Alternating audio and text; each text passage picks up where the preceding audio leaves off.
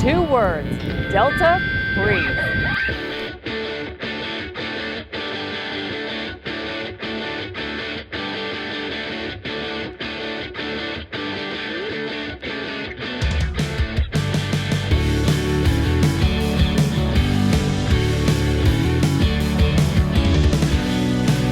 What's going on, everyone? Delta Breeze here, bringing guys week 6, technically my week 5 on paper, week 6 on recording timeline deal, but this is week 6 of the KPL. I'm facing my week 5 opponent, aka Weasel, coach of the San Francisco Scizors. It's gonna be a good one, man. It's gonna be a good one. You can see his team lined up right there on top. He has all 12 slots picked, so that's gonna be a hard time prepping for, but I feel like I did a good job, and I just came back from vacation and I'm hungry, man. I want to win. Currently I'm sitting at 2-3 right now, trying to get that matched up at 3-3 and see if we can keep going with that momentum. I like my odds this week. I'm gonna go over his team, all his threats and what I'm facing. I'm gonna go over my team, my 6, and what I'm bringing.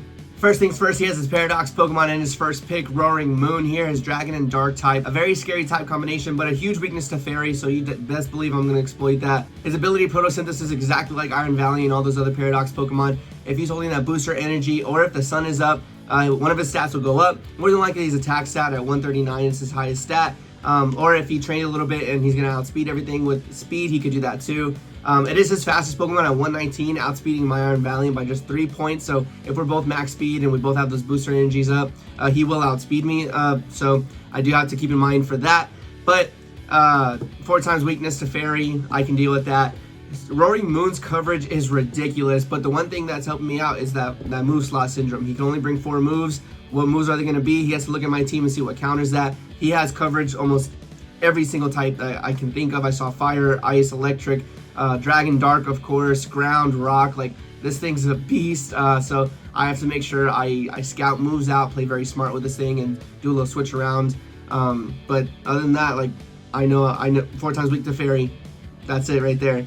Next, he has Scizor. It pairs really nicely with the Roaring Moon. He can take those Fairy type moves all the day, every day with the Steel and Bug typing. But this thing is known for Swords Dancing, Bullet Punch, Technician shenanigans. His ability Technician boosts those moves that are under 60 base power, and Bullet Punch, those priority moves, are ridiculous with Technician. Bullet Punch, if he gets up with Swords Dance, it runs through my team.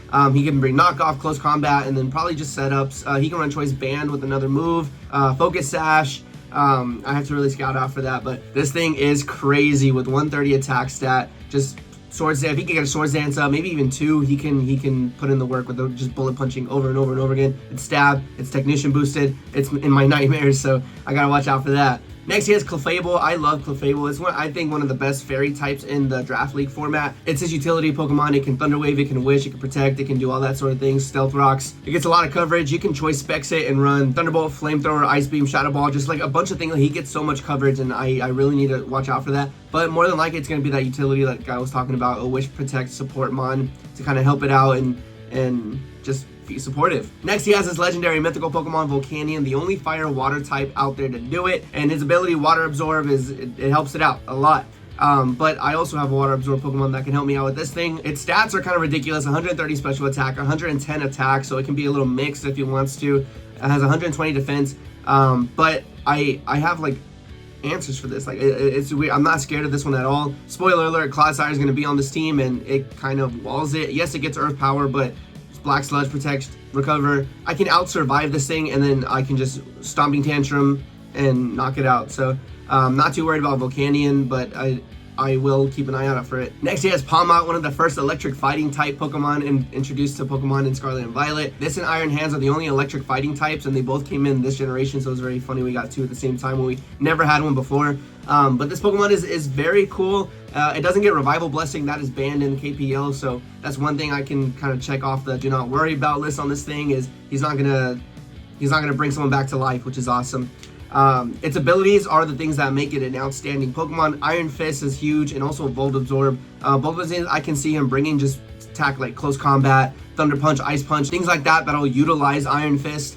And then you have Volt Absorb that can kind of stop my Volt Switch and shenanigans from Thunderous. It could be one of those. I really don't know. I'm gonna scout. I definitely am gonna figure it out before I use an Electric type move on that, because I do not want it to get its health back. But other than that, it's gonna be really annoying. Probably Nuzzle things to paralyze it. I'm just very glad it doesn't get Revival Blessing. I know Palmar pretty well. It was in my run for Scarlet Violet the first time I played it, so I have it unlocked for sure. Next, he has his Evolution Espeon. This thing surprised me when I was taking a look at it. 110 speed, 130 special attack. You just choice Scarf it, and boom, it can be a wall breaker 100%. You can stop my Iron Valiant with some Psychics. Has great coverage. I was sleeping on this thing until I looked at it, and now I am prepared for it. But with that being said, it does have its ability Magic Bounce. I do see him bringing Magic Bounce. It'll stop any rocks or hazards. If I do see this, I'm gonna steer clear from status conditions, because it's either gonna be synchronized back to me or Magic Bounce back to me. So I'm gonna keep those on the back burn until Espeon's gone. But that's something to note, and hopefully I don't forget. I'm gonna write it down. Next, he has my boy Snorlax. This dude is a tank, especially defensive. It lacks on the defensive side, so you can train it defensively, but with my Iron Valiant, and it has a high attack stat, close combat, I really don't see him bringing Snorlax. 1 I outspeed, 2 close combat kind of OHKO, so if he does bring it, I do see him bringing it Curse to kind of counter my Iron Valiant and kind of help him out there. Heavy Slam to get it, Earthquake, knock off, Body Slam, just things like that can be super annoying from a Snorlax, especially if he starts getting those curses up. Hit it on the physical side, and I'm good to go. Next, he has his Prankstermon. I think one of the best to do it, in my opinion. He has Sableye. I like Sableye a lot. This thing is super annoying, especially its typing. Its typing's really annoying. Weak to Fairy. He will utilize Prankster if he brings it.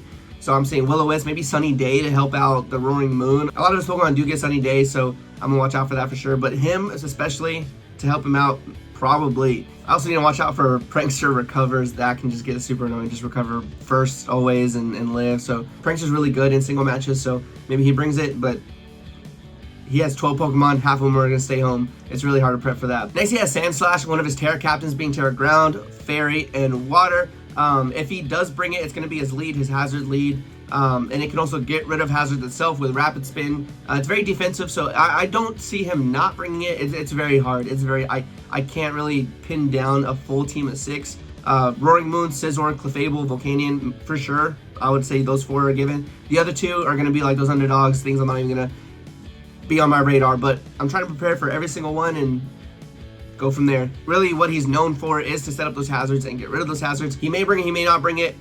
It's hard to tell. Next, he has another Terra Captain. He has Weezing at Terra Poison, Dragon, and Dark. I really do see him bringing this thing. This thing is a monster defensively, and it's a pretty decent counter to my Iron Valiant, so I really need to watch out for that. And Terra Captains alone have been shown to just put in the work and throw people off their game and change their typings to defensively help them out and just turn games like that. So I need to be prepared, and I like Weezing, and I've used it before, so hopefully I know enough to help me out in this battle. Next, he has Lurantis, which is famously known for Leaf Storm's Contrary. Its ability reverses any stat changes. So, for example, Leaf Storm, if he uses it and it lowers your special attack, it'll actually raise it instead of lowering it. So he can just spam Leaf Storms, constantly raise his special attack, and really steamroll Giga Drain to get back health. Maybe he brings it, maybe he doesn't, but Contrary is really nice, so I don't blame him if he does bring it. Next, he has Squawkabilly, the new bird Pokemon from Generation 9, and this thing is super unique. I really like it. So there's 4 colors: green, blue, yellow, and white. Each set of colors have different abilities. So for example, they all have Intimidate and Hustle, which are just really good abilities to just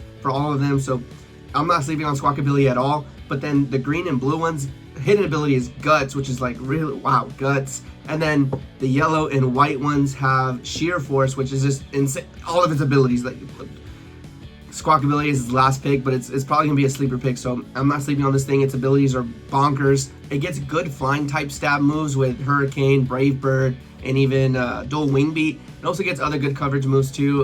It has Final Gambit, so if it wants to choice Scarf Final Gambit and just like take one of my Pokemon down, like that can just be like super problematic. But this thing's really cool, and I'm really excited to go against it, learn kind of like how it works, and just have some fun. But this is the team, man. I am looking forward to this match. Now let me go over my team of 6, what I'm bringing, and why I'm bringing it. So once again, I am bringing Lancelot here, but he's holding up a Berry this time. This will allow it to live a Steel type move, maybe an Iron Head from that Roaring Moon that outspeeds me, or maybe even, or especially the Bullet Punch from the Scizor. I can live one and just attack back We have Spirit Break, Drain Punch, Fire Punch, and Shadow Sneak. Fire Punch is going to be there specifically for that Scizor. Spirit Break is going to be there for the Roaring Moon. And then Drain Punch, I actually have Close Combat. I'm going to change it. So that's going to be Close Combat when you see it in the battle. That's going to be, of course, for the Snorlax. Just hit it as hard as I can and just get rid of it. I don't need it to curse up on me and just be annoying. And Shadow Sneak's going to be there for any focus sashes that I'm going to see, especially on the Scizor if I Fire Punch it. So for example, if I see Scizor and he Bullet Punches me and I Fire Punch him, I'll take the hit with the Berry, but I can only take one hit. He'll go first, and then I hit it with the Fire Punch. If he lives on one with the Focus Sash, he can Bullet Punch me again and kill me. That's where that Shadow Sneak comes in, and it'll help me out, and I don't have to worry about 2 Bullet Punches, only just 1. Next, we're bringing the main man, my shiny Entei Mount Fuji here with the Choice Band. I really like that Choice Band set last time, and plus coming back from a vacation, very little prep time, so you're going to see a lot of kind of repeats from either my last battle or the one before it. So just roll with it, help me out.